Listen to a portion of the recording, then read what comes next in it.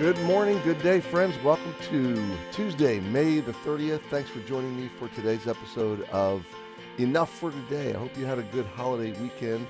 I had a busy one. I feel like I need a rest from my holiday weekend. And then today is a full day of staff meetings and a lot going on, a lot moving forward. This is our last week of school. We celebrated a great weekend at Emmanuel, and now we're moving into summer. So thankful for it. Hope you enjoyed the day yesterday. Sunday. Oh my goodness. I'm still just thanking God for Sunday. First of all, we began John 15 about abiding, and we just stepped into the first few verses of this chapter. I hope you caught it on the live stream or the archive if you weren't able to be here in person. But then we saw so many new believers baptized and families added to the church on Sunday. I'm so thankful for the work that God is doing in hearts.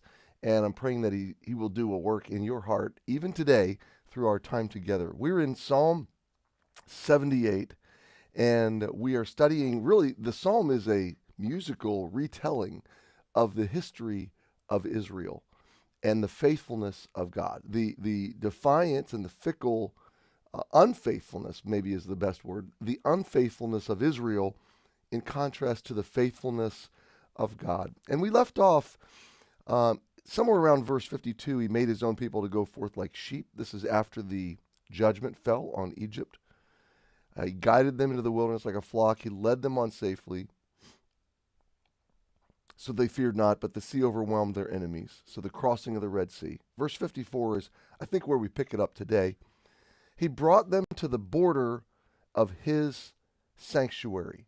And I just love this word. It is a physical reality in terms of God's promised land, the city where God set his own name.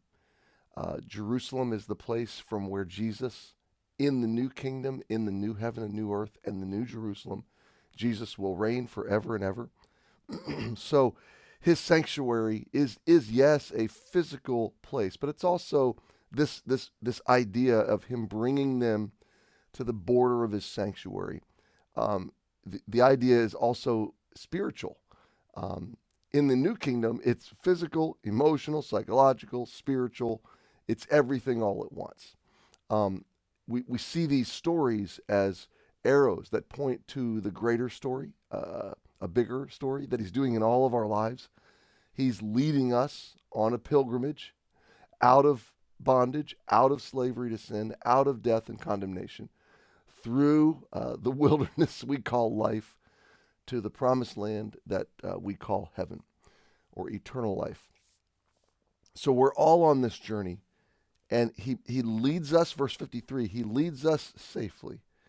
He allows us to grow in ways that our fear diminishes. We studied that not only this a few days ago, but also a couple weeks ago. We talked about the more we enjoy and experience the presence of God, that abiding life we studied Sunday, the more our heart will not be troubled, our fear will dissipate. One of the benefits or the evidences that we're growing is that our life becomes less fearful over time. So they feared not, but the sea overwhelmed their enemies, but he brought them into his sanctuary. And I just love this concept. Sanctuary is a holy or sacred thing. It is a set-apart place exclusively for the presence of God. It is a place of rest and joy and fullness and safety and provision and protection. His sanctuary, even to this mountain, the psalmist is talking about Jerusalem, which his right hand has purchased. So God has a destination. This is the whole concept behind the idea of predestination.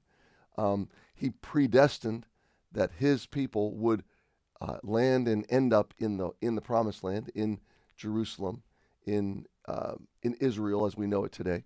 He has predetermined that all of us who believe in him will be forever with him in his kingdom, in heaven, in the new heaven and new earth. We will be forever conformed to the image of Christ in new bodies with new hearts. It will be an unrevocable state. It will be an unlosable state, an unbreakable state, an impenetrable state. It will be forever. We will be brought into his sanctuary. And I love that image because we look for in this life sanctuary. We look for rest. We look for a place where our souls can breathe, and we look for that safety and that predictability in our physical lives. But God promises it from the goodness of his heart. He cast out the heathen, verse 55 also, before them, divided them an inheritance by line, made the tribes of Israel to dwell in their tents. He's done the same for us. He is the victor in our lives. He casts out the influences that would harm us or hurt us, and he brings us into the inheritance of Jesus, the eternal inheritance. Look at verse 56, and we'll park it here for today. Yet they tempted and provoked the Most High and kept not his testimonies. So we see the contrast. Though God was faithful to them, they would not be faithful to him. And so the challenge, my friend, is will we be faithful to our God as he has been and will be and is faithful to us? I pray that I will not repeat the patterns of ancient Israel. I really do desire, and I know you do too, to be faithful to our God. So let's thank him, enjoy him, and thank him for his faithfulness to you today. Hey, happy Tuesday. Have a great day. I'll see you tomorrow.